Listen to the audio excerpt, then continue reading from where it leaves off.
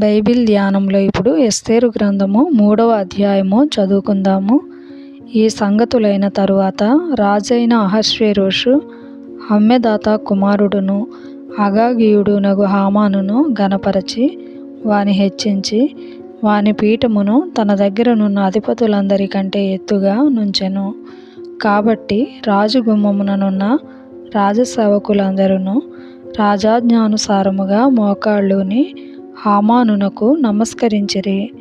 Mordecai వంగకయు నమస్కారము చేయకయు నుండగా రాజు గుమ్మముననున్న రాజసేవకులు, నీవు రాజాజ్ఞను ఎందుకు మీరుచున్నావని మొర్దెకైని అడిగిరి.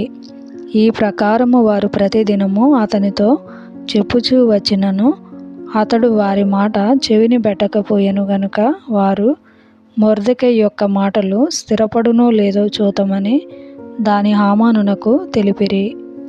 ఏలయనగా అతడు, నేను యూదుడను గనుక ఆ పని చేయజాలనని వారితో చెప్పియుండెను. మొర్దెకై వంగకయు నమస్కరింపకయు నుండుట హామాను చూచినప్పుడు బహుగా కోపగించి మొర్దెకై ప్రాణము మాత్రము తీయుట స్వల్ప కార్యమని ఎంచి మొర్దెకై యొక్క జనులు ఎవరైనది తెలుసుకొని అహష్వేరోషు యొక్క రాజ్యమందంతటా నుండు మొర్దెకై స్వజనులగు యూదులనందరినీ సంహరించుటకు ఆలోచించెను. రాజైన అహష్వేరోషు యొక్క ఏలుబడి యందు 12వ సంవత్సరమున నీసాను మాసమున అనగా ప్రథమ మాసమున వారు హామాను ఎదుట పూరు అనగా చీటిని దినదినమునకును నెల నెలకును అదారు అను 12వ నెల వరకు వేయిచూ వచ్చిరి. అంతటా హామాను అహష్వేరోషుతో చెప్పినదేమనగా, మీ రాజ్య సంస్థానములన్నిటి అందుండు జనులలో ఒక జాతి వారు చెదరియున్నారు. వారి విధులు సకల జనుల విధులకు వేరుగా ఉన్నవి. వారు రాజు యొక్క ఆజ్ఞలను గైకొనువారు కారు. కాబట్టి వారిని ఉండనిచ్చుట రాజునకు ప్రయోజనకరము కాదు.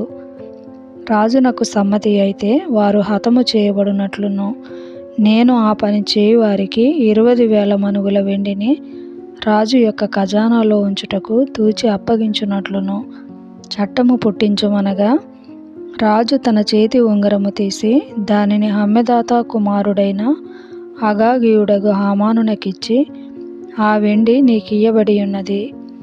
నీ దృష్టికి ఏది అనుకూలమో అది ఆ జనులకు చేయునట్లుగా వారును నీకు అప్పగింపబడి ఉన్నారని రాజు సెలవిచ్చెను. ఈ హామాను యూదులకు శత్రువు. మొదటి నెల 13వ దినమందు రాజు యొక్క వ్రాతగాండ్రు పిలువబడిరి. హామాను ఆజ్ఞాపించిన ప్రకారము అంతయు ఆయా సంస్థానముల మీద నుంచబడిన రాజు యొక్క అధిపతులకును అధికారులకును ఆయా సంస్థానములలోని జనముల మీద నుంచబడిన అధిపతులకును అధికారులకును వారి వారి లిపిని బట్టియు ఆయా జనముల భాషను బట్టియు రాజైన అహష్వేరోషు పేరట ఆ వ్రాతగాండ్ర చేత తాకీదులు రాయింపబడి రాజు ఉంగరము చేత ముద్రింపబడెను.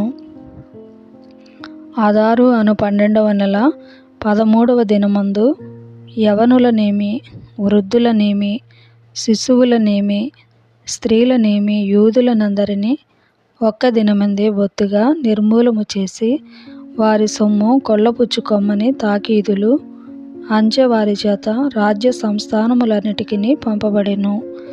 మరియు ఒకానొక దినమునకు వారు సిద్ధపడవలెనను ఆ ఆజ్ఞకు ఒక ప్రతి ప్రబలింపబడినదై ప్రతి సంస్థానములోనున్న సమస్త జనులకు ఇయ్యబడుటకు పంపబడెను. అంచెవారు రాజాజ్ఞ చేత త్వరపెట్టబడి బయలు వెళ్ళిరి. ఆ ఆజ్ఞ షూషాను కోటలో ఇయ్యబడెను. దాని విని షూషాను పట్టణము కలతపడెను. అంతట రాజును హామానును విందుకు కూర్చుండిరి.